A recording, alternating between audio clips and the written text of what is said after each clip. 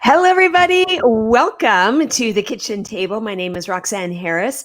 Joining me today is Robin Parr, and Hannah Justine will be on shortly. Ladies, this is where we get to chat about things that matter to women of all ages. Once upon a time, women used to gather around the kitchen table once a week and have a cup of coffee and support each other, love on each other, encourage each other, give tips and tricks and recipes and parent everyone's kids. But that's what we hope to do on this program. So grab yourself a cup of coffee or tea and or a glass of water and join us. And don't be afraid to put your comments in the comment section and be a part of our conversation today. And I want to launch out talking a little bit about Starbucks. So I met my wonderful friend Brenda for coffee last week. We decided to get together and we wanted not to be at her house or my house, but to actually go out and pretend like we were on, like a real woman's, uh, date, right? Like going out with a girlfriend and actually doing something. And so we decided that we were going to go to Starbucks because they have a big patio and, you don't have to wear a mask and all of that. And so, of course, we go in, we place our order. Now, as you know, in most Starbucks, their patio is literally like in the parking lot, right? Like they've got, a couple of tables and usually some type of a metal banister, and then it's literally the parking lot. And nobody was out there. Brenda and I were the only two people out there, and we sat in the very, very, very first table that was literally in the parking lot, like right on the very edge. The closest table to us would have been at least 10 feet away, and there's nobody out there. And if this beautiful young girl doesn't come out and ask me for, my name and phone number and email to put it on their report, for contact tracing, and that didn't go over so well with me. So I challenged her and I said, why? I am outside, first of all, on your patio, in the parking lot, and there is nobody here.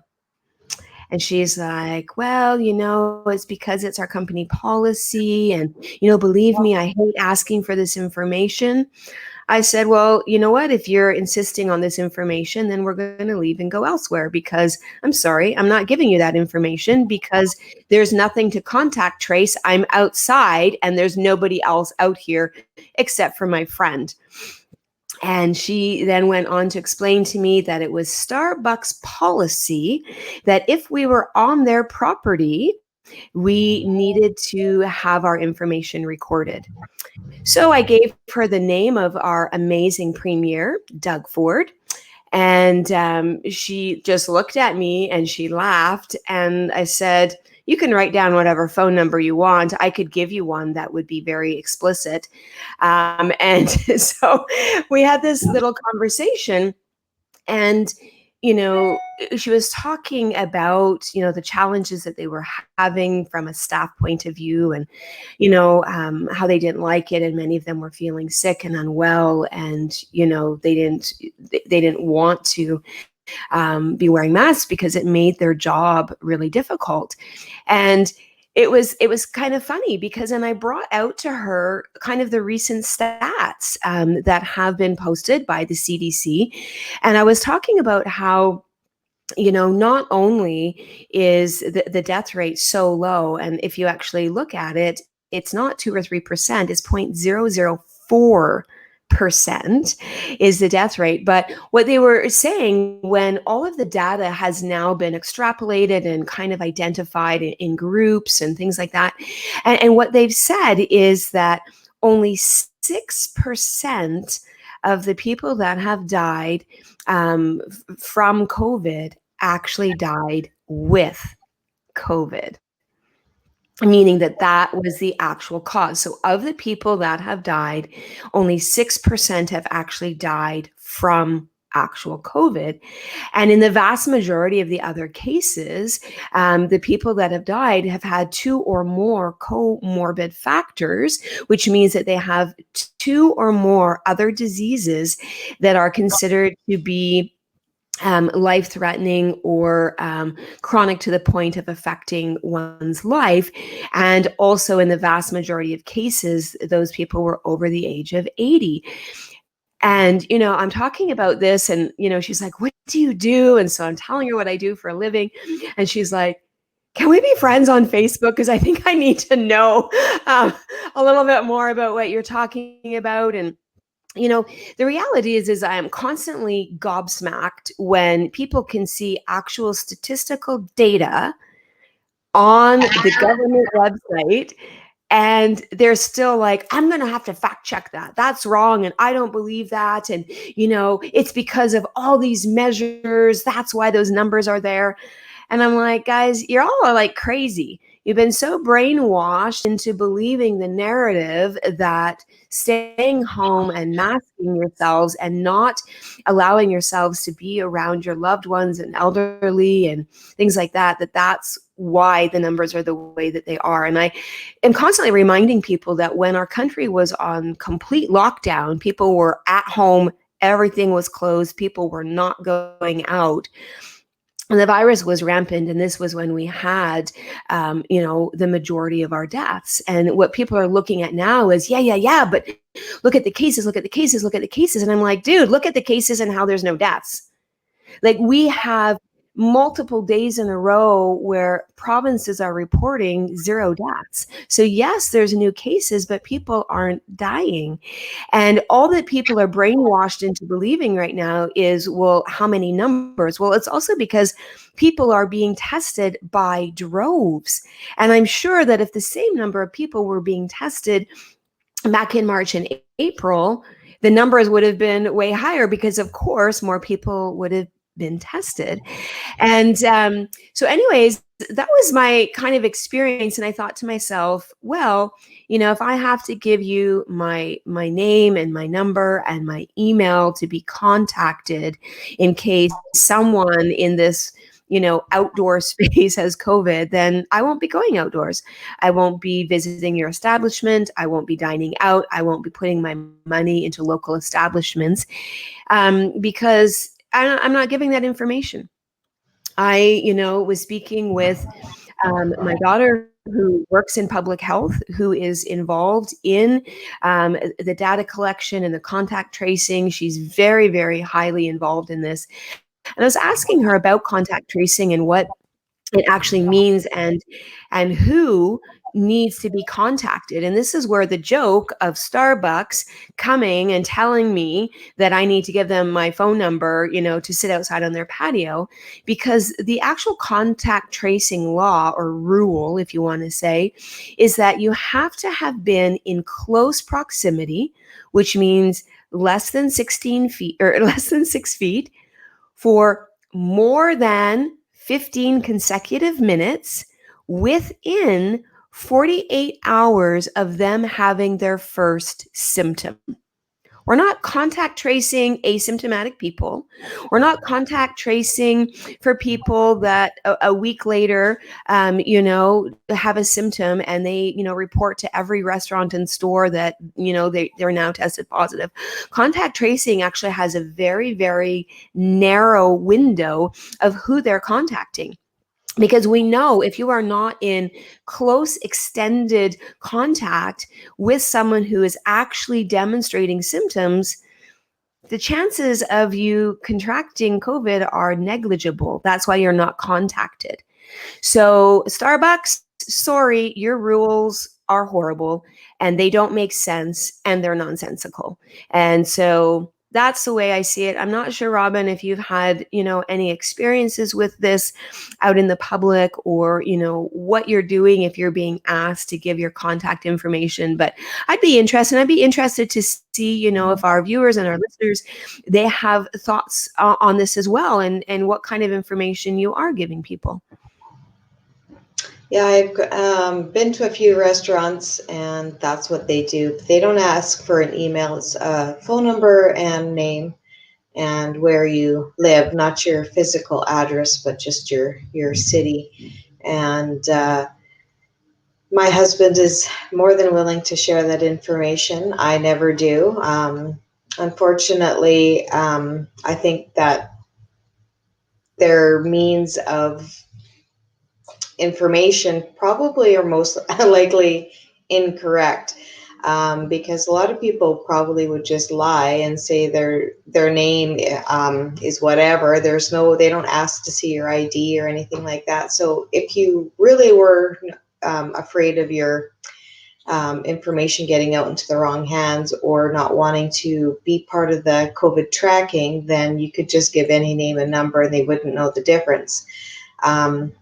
I'm not sure how they're going to go through all these different names and phone numbers and figure out where you were and stuff like that. I guess maybe if somebody was sick at the restaurant, then they can go back on those pages and reference that. But I don't know. I don't understand. It seems like they're just gathering information from everybody and anybody to see who's going out, what they're doing, and I guess it's part of that app maybe that where you can belong to on Apple phone, or I think it's on every phone where it's a COVID tracking system and stuff like that. But I'm not really on board for that myself.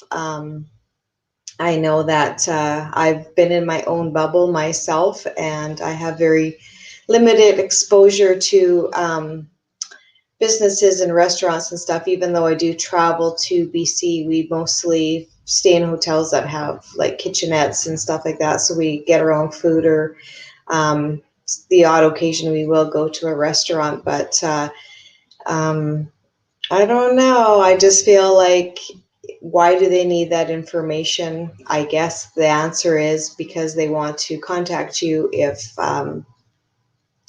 you are exposed or someone in the building is exposed to it. But like some of these restaurants that we go to are massive. And for example, we were in Earl's restaurant and it was quite late at night, 10 o'clock at night, and they did get your name and phone number. We're sitting outside on the patio. There was nobody else around. And in the restaurant itself, there was like, I don't know, 6 people, and they're all socially distanced and stuff like that. I guess maybe if the server was ill and didn't know it and was presenting your food, and they're sick, I guess. But it seems like it's getting to be that you can't go anywhere without being tracked. So, well, here's the situation, and the other thing that doesn't make sense. So you have to wear your mask through the front doors of the restaurant until you're seated, and then suddenly you're fine and you can take your mask off, and you can sit there for 1 hour, 2 hours, 5 hours, and you can laugh and talk and eat and snort and spew your moisture droplets all over the place, because apparently the virus doesn't move around, or it's not infectious when you're seated. It's only, infectious when you're walking through the restaurant. These are the rules that make no sense to me. So, that waitress or that hostess or the server has to wear their mask the entire time, I'm assuming because they're walking, right? But, people are seated and they don't have to wear one, which makes no sense, because the whole point of the mask is to prevent droplet spread. So where are you spreading droplets? When you're talking, when you're eating, when you're laughing. And so please, guys, I don't care whether you wear your mask or not. What I'm pointing out is the anomalies and the discrepancies in the rules that are nonsensical to people that are actually paying attention. So if the virus can't spread in a restaurant when you're sitting down, tell me why children have to wear a mask in school when they're sitting down. Now, these children are sitting in their desks.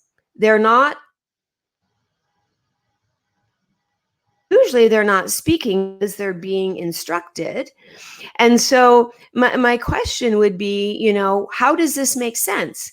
That child can go to a restaurant with their parents and not wear a mask for an hour or 2 or 6 as everyone's talking and having a great time. but they can't go to school and sit down in their desk and be quiet and not wear a mask.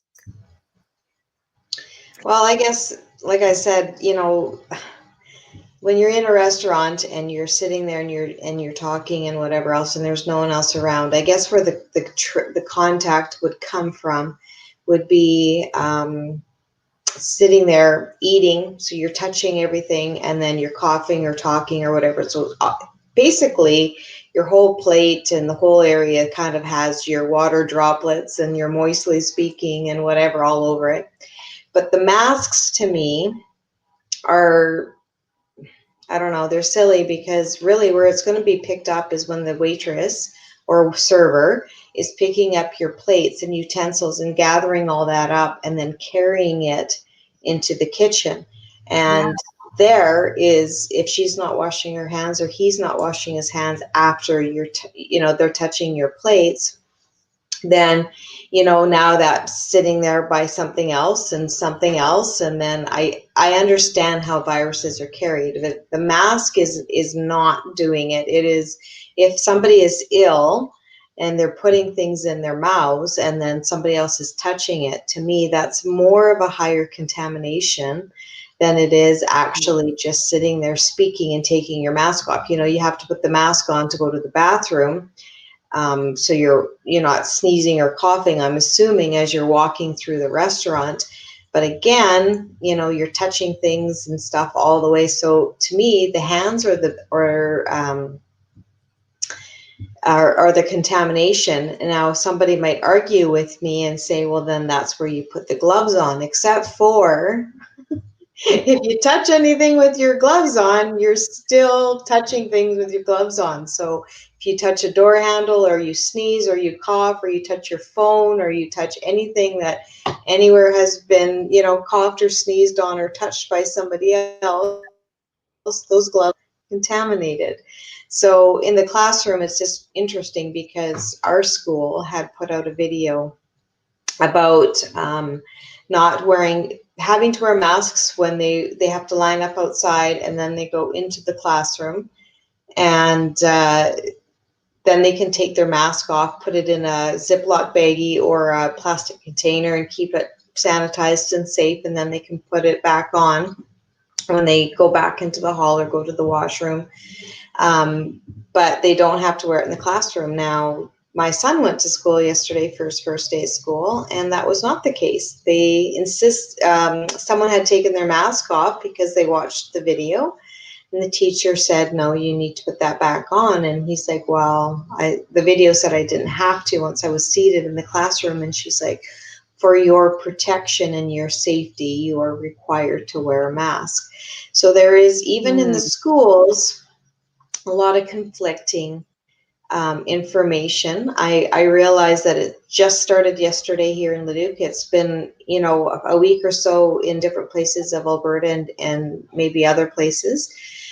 But, everybody has to be on board for the same thing. And I think everyone keeps getting confused because the rhyme or reason of the rules and regulations of restaurants or stores that you're going into, again, you're wearing a mask when you're going into the store, but you're touching everything. You're, looking at things. And I know there's signs in the grocery store saying, don't touch the produce unless you plan on buying it. But I mean, are you going to pick up a bag of grapes without looking at it to see how many are rotten in it? I mean, come on, people are going to still be doing these things.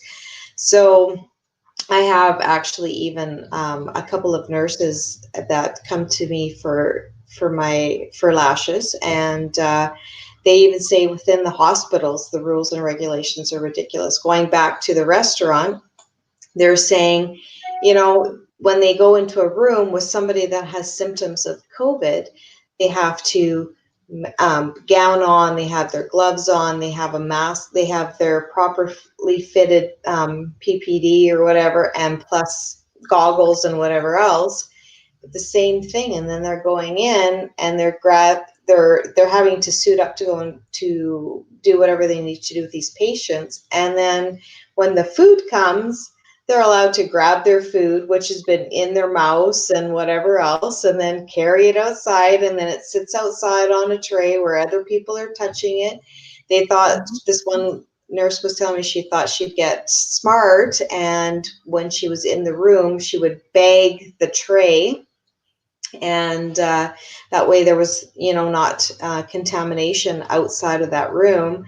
And the kitchen staff downstairs got mad and said it was creating extra work for them, and public health said no, there was no reason to do that step, and not to bag anything. So again, you have to mask up and do everything else, but then that tray that's been literally in somebody's mouth is now sitting outside, touching and floating around, and anyone else who touches that tray, if that person is ill with a flu, even not even just corona or whatever, then they're touching the saliva and whatever else, and that's the exposure, right? So there you go.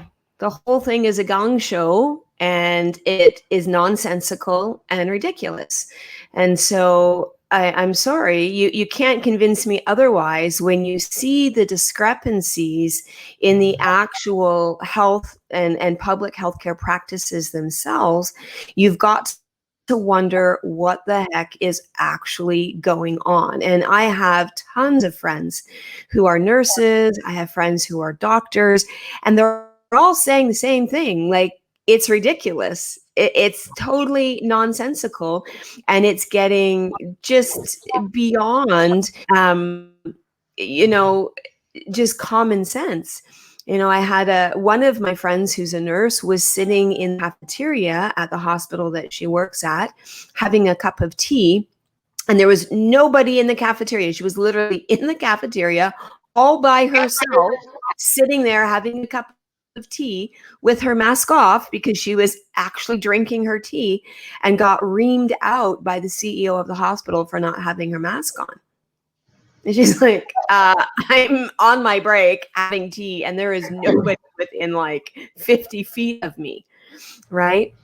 And so you see this. I, watched an interview of a grandmother who recently flew with her autistic grandson, and they had flown to Florida, and he did not wear a mask. He just turned 3 years old, and when they were coming back, they were on the ramp going into the plane, and the stewardess stopped them and said, is he 3? And she said, yes, he just turned 3. He's got to wear a mask.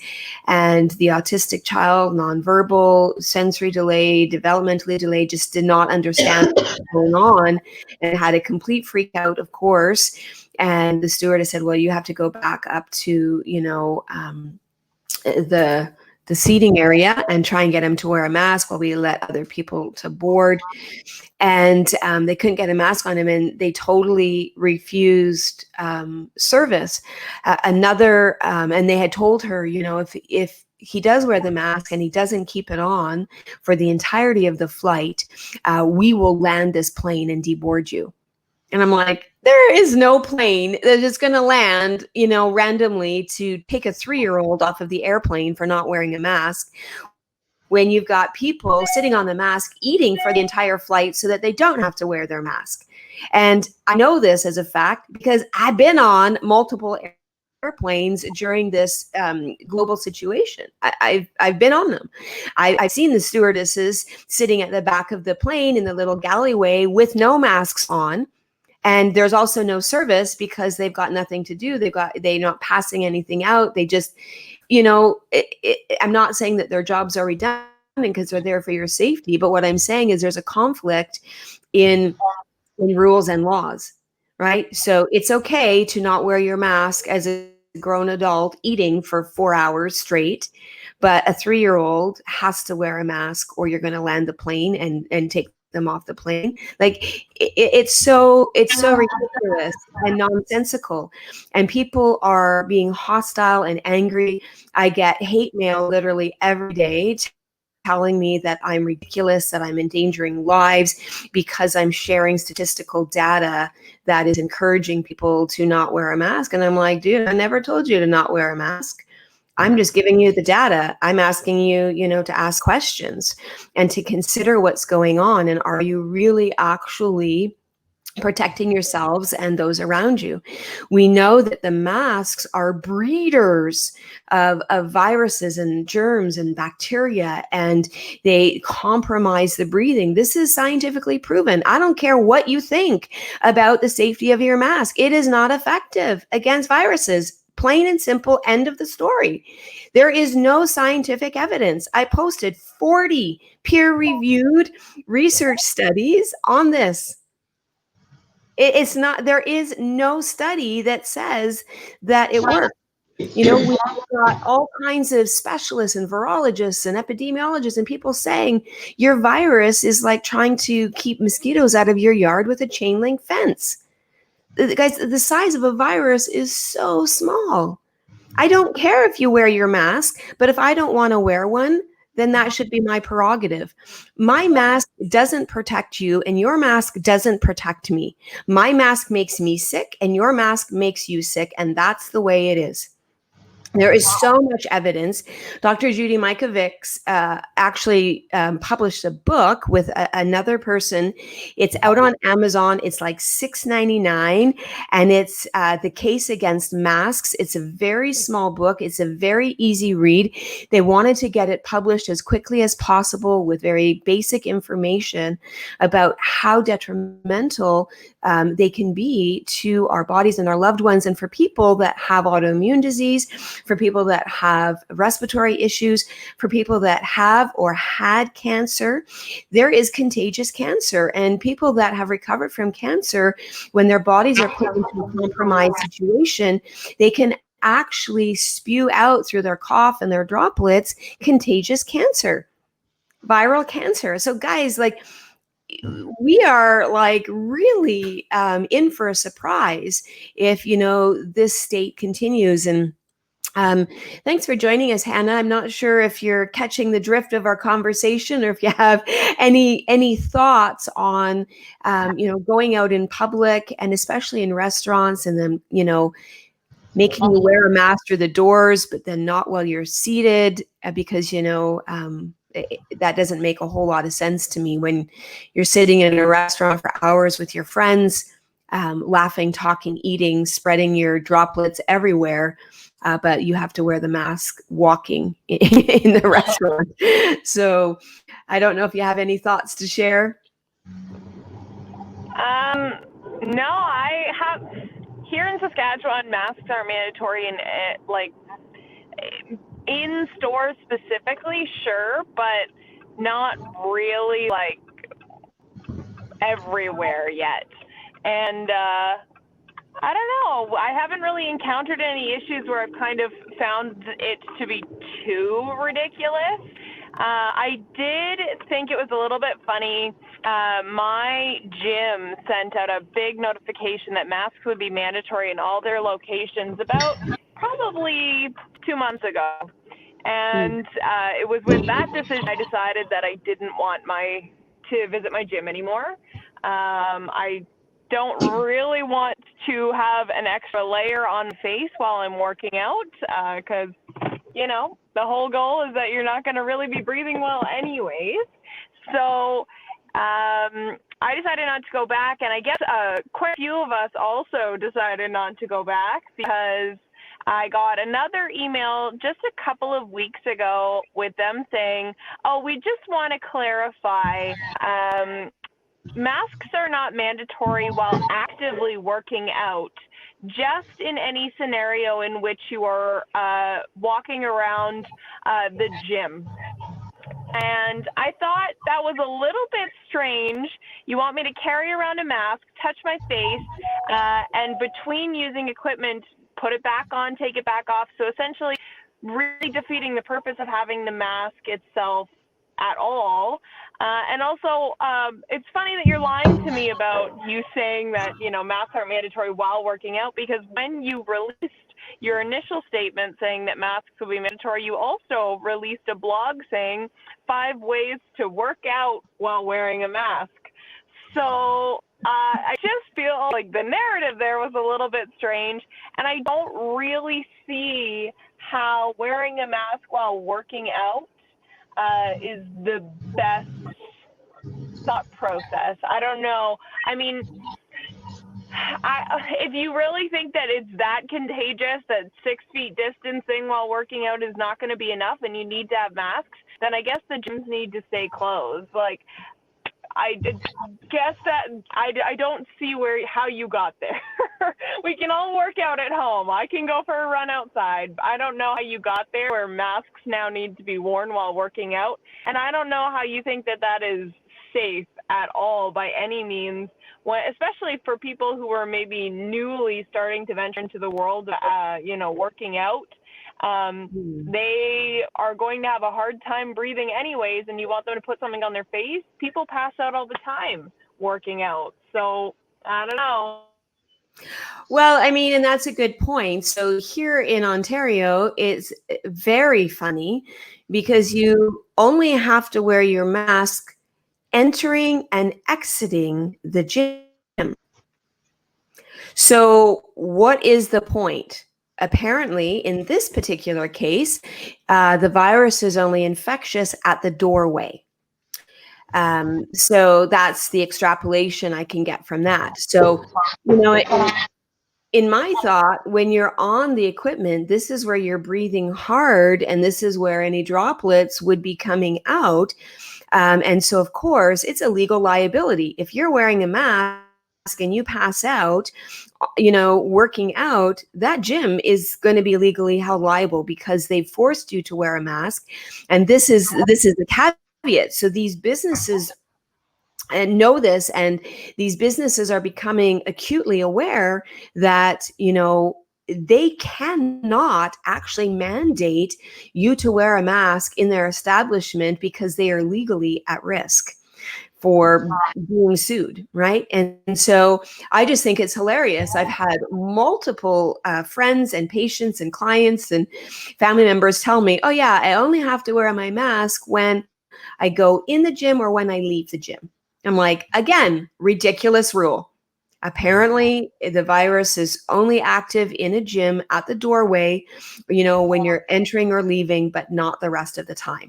Just like the ridiculousness of the restaurant, that you can only spread the virus, walking that 10 or 12 feet to your table. But once you're sitting, you're totally fine without your mask. And then to piggyback again, for those who missed it, and yet a child sitting at their desk that has been spatially separated so that they're 6 feet away from all of their friends, that they're sitting there being quiet, not eating, not drinking, not speaking because they're listening to their teacher, they have to wear a mask. Guys, what is going on? Like, if people could actually just process the discrepancies in the rules, it doesn't take much to figure out that the rules are nonsensical and ridiculous.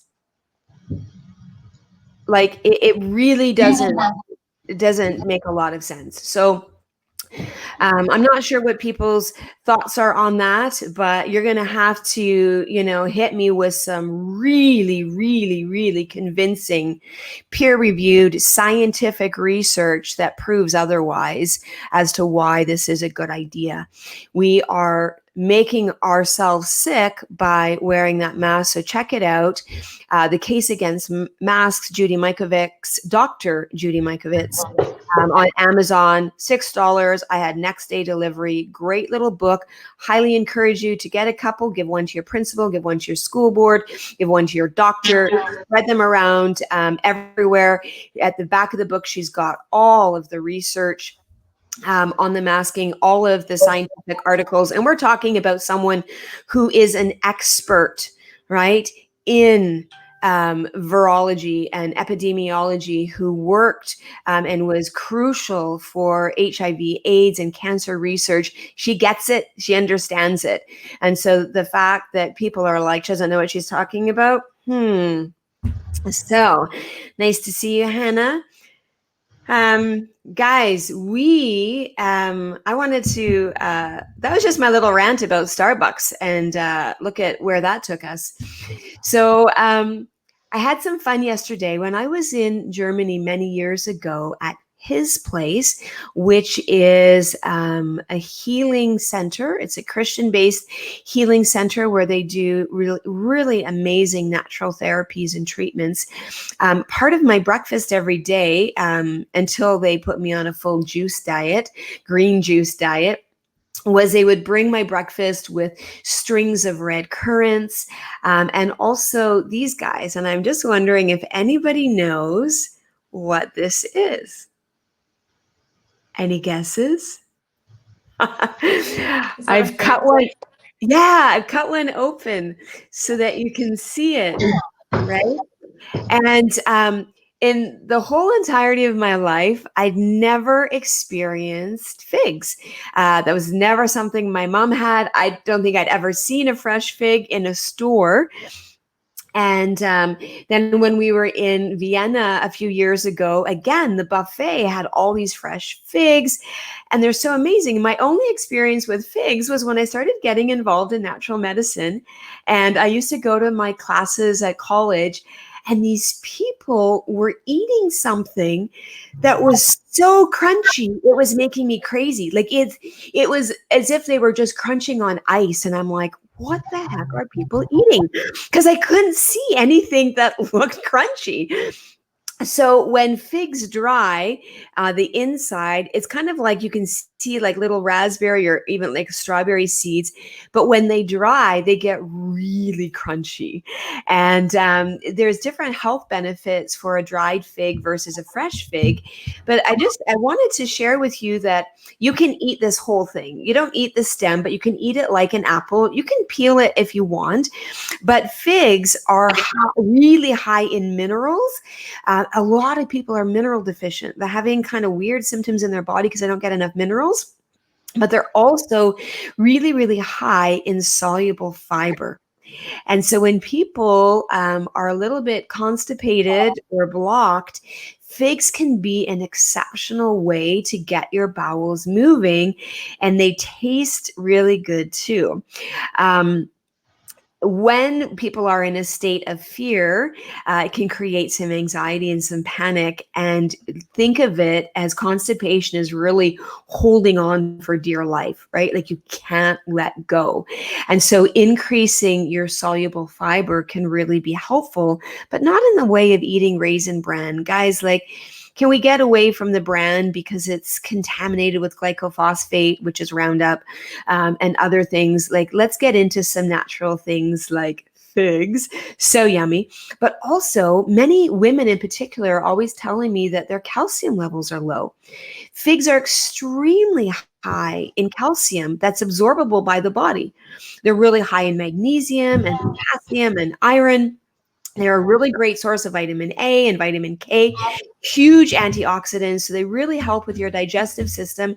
And so right now, you can actually buy cases of figs from Greece. Oh. So these ones are organic. And I get them from an organic grocery store in Montreal, but I've also seen the cases of figs at Costco. And so I know you've seen them and you're thinking, what are they? That looks interesting. I don't want to spend $13 buying something I don't want to eat. I don't know what it tastes like. Guys, they're amazing. They're amazing. And so juicy and sweet, but not overly sweet.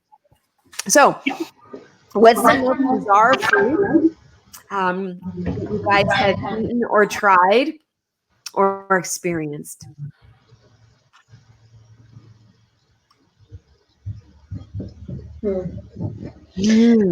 Some star fruit and probably, I'm trying to think of the name of it. Passion fruit, maybe? Can't remember. There's one that I started buying a few years ago. Hannah, do you remember?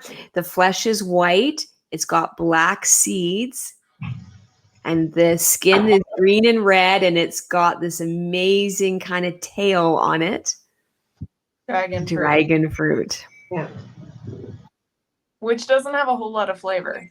It's sort of just like there, but it absorbs flavor really well. So a lot of restaurants that serve fruits, we'll grill it with flavors on top.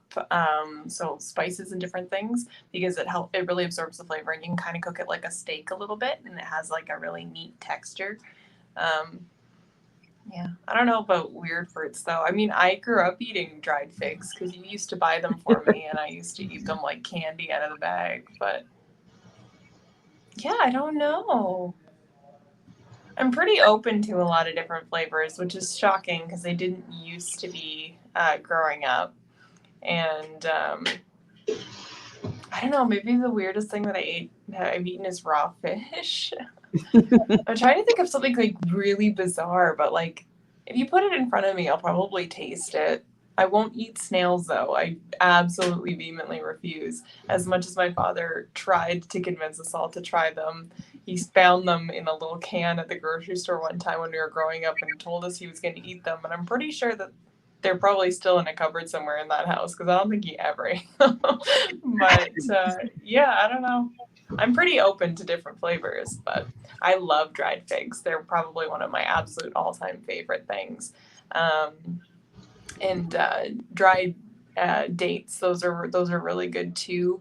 I didn't have any, and I like to use it for baking as sort of a sweetener alternative. And I found out that you can actually use chopped raisins as an alternative. You just need to soak them in hot water first so that they get a little bit juicier. But yeah, I don't know. Very interesting. And dates are really good as a sweetener for sure. Yeah, go ahead. I just remembered probably one weird thing that you and I both tried was we tried a couple of different types of cheeses when we were last together, and one of them in particular was a strawberry and white chocolate. It was raspberry and white chocolate, and then the other one was strawberry and Prosecco, both of which were stunning. 10 out of 10 would recommend. They were molto bueno. Very good. Let me grab it so that people can see the package while you share, Robin. Fruits, well, I don't know. It just... they're actually, surprisingly enough, the grocery stores, because there's so many ethnic groups in the communities now, they have very interesting fruits. I haven't been bold enough to try all of them because I don't know. I guess if you pay for one and try it and you love it, then. But pomegranates and stuff in our house are a very, very big hit. I sit there sometimes and peel 4 or 5 or 6 and make these big bowls, and everyone just gets a spoon and gets right in there. But the dragon fruit for sure I've tried, and passion fruit, and like I said, there's all kinds of interesting things I see on the top shelf in the grocery store, and I just haven't tried them yet. So here is the cheese. It is made by Wensleydale, and strawberry and Prosecco. Lovely. They make a couple of other flavors, as Hannah said. And yes, it's in this little tulip shape. And yes, it is expensive, like all fine cheeses. Guys, I was like in heaven. I was in the grocery store a couple of weeks ago, and my favorite cheese, the Green Thunder from Snowdonia, has been missing in action for months. And even Hannah says this, you can't even buy it in Saskatoon. I couldn't buy it in Saskatoon, but it has been recently restocked at both my Sobeys and Save On Foods. So I am well stocked in Green Thunder. I'd like to say, that we contributed to the shortage in Green Thunder, talking about it all the time. So clearly they finally have some more ready, because I went to my grocery store and usually they have like 6 or 8 different Snowdonias, and they just had this whole display of Green Thunder, and I was like, oh. And so I may have bought like 4 packages anticipating a future shortage of said cheese. So kind of funny, but there are lots of interesting foods to try. And so if you've never tried various foods, of course, search that up on the search engine of your choice and look for the best ways to try it, right? So if you've never had things like artichokes and you see them at the grocery store, the first thing you're going to do, I know this isn't an artichoke, but you're going to feel it, right? You're going to squeeze the leaves. And if they're soft and not hard, you're not buying that artichoke because it's kind of past its prime and there's not going to be a lot of meat inside that. Another one that's very interesting is, I think it's pronounced daikon or daikon. And daikon, interestingly enough, stinks to high heaven. Like, it is beyond the most noxious smell, worse than a skunk. But when you eat it, it's actually very sweet and pleasant, which defies like all biomechanics, all of biology, because usually what you smell, you taste. And so it's this really weird thing, like the bumblebee that's apparently aerodynamically incorrect, and it's actually impossible that this creature flies. Daikon is apparently like that. Or Demera, what's it called? It's something weird like that. Anyways, it starts with the D. Stinkiest fruit in the entire world. I just remembered the weird fruit that I Go ahead. Jackfruit. Oh, and what does that taste like? It's not good. It's not good. It's not what you expect. When people say fruit, most time you think that it's going to be sweet and juicy. Jackfruit is actually very meaty. And it's massive, and they carve it all up for you in Jamaica, and then they make different dishes and stuff with it. It is an acquired taste. They usually, I think, mix it with different things. They don't usually just eat it as a fruit, but maybe if you're from there, you do. So correct me if I'm wrong, but it was not on my Canadian palate. So. Wow. Yeah, I don't know. Some of them have weird tastes, but the fruit is called the durian fruit. Durian, durian fruit. And it really, really, really smells, but apparently tastes amazing. So guys, super excited. Today is the launch day of Pursue Connection. This is doTERRA's annual convention, chocked full of amazing education from the best minds, scientists, doctors, researchers, on health and wellness and essential oils. It's going to be fantabulous. Yours truly, I am presenting on Friday afternoon in the relief section, which is going to be covering pain and inflammation of the body, the joints, the muscles, but also the gut. And so if you want to join me, hit me up for a link. I'm going to be live streaming the event so that you can get some of the best education, regardless of whether you use oils already or you're unsure of them or, what they actually do. You will not find better education anywhere, because when you get the top minds, coming together and producing, an amazing event, it's going to be impressively spectacular. And so tonight we get all of the new products that doTERRA is releasing. So I get the pleasure of, helping to showcase that, and excited about that. So Robin, are you joining in? Have you thought about it?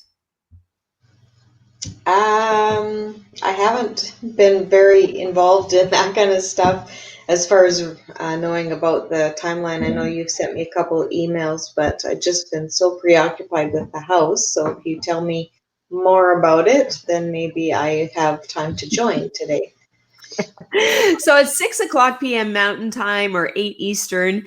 This is where we're going to go live and present all of the new products, but also the education around the new products. So, I believe that, education is amazing, but if the education is never applied, then it really has no benefit to you. So if you learn about something, but you never activate it, you're going to have very limited capacity for an improvement in your life, right? So that's tonight. And then tomorrow there are 2 sessions starting. I only know now my times. I think it's like 10 o'clock. Anyways, I'll post all the times below the video. And I'll be live streaming on the education page that I have for essential oils. You can find that on Facebook, Engaged Essentials Education Group, or message me and I'll be happy to send you a direct link to my Zoom meeting that we're having. If you live locally to me, talk to me. We might be able to, have you over and, get you up close and personal. But one of the things that we're doing is after each of the sessions, the amazing leaders on my team and myself are going to be hosting after parties where we're going to do some deep dives. We're going to do extra education Q&A panels. We're going to be making things with you. So we're going to be just having a lot of fun together over the next few days. And we're really excited about that. So if that interests you in any way, maybe you've just thought, hey, I'd like to know more about why you crazy ladies are always talking about essential oils and how amazing they are. This would be that for you. Why not learn from the experts and hear what they have to say? Essential oils is the street name. It's the slang name. They are, aromatic compounds that we know medicinally have a direct effect on the body through 4 different metabolic pathways. And this is a scientifically proven fact, no matter what you think. So, guys, we always like to close in prayer. And I just want to just say to you, thanks for watching and thanks for being a part of our kitchen table. We really value just your input and your love. And you can always join us on Engaged Wellness Warriors. The kitchen table is a part of that and a production of Engaged Wellness Warriors, where we as women are learning how to truly engage our wellness and to rise up and be all that we can be emotionally, physically, spiritually, and to live well each and every day. And so, Father, we just thank you for this day. We thank you for this time together.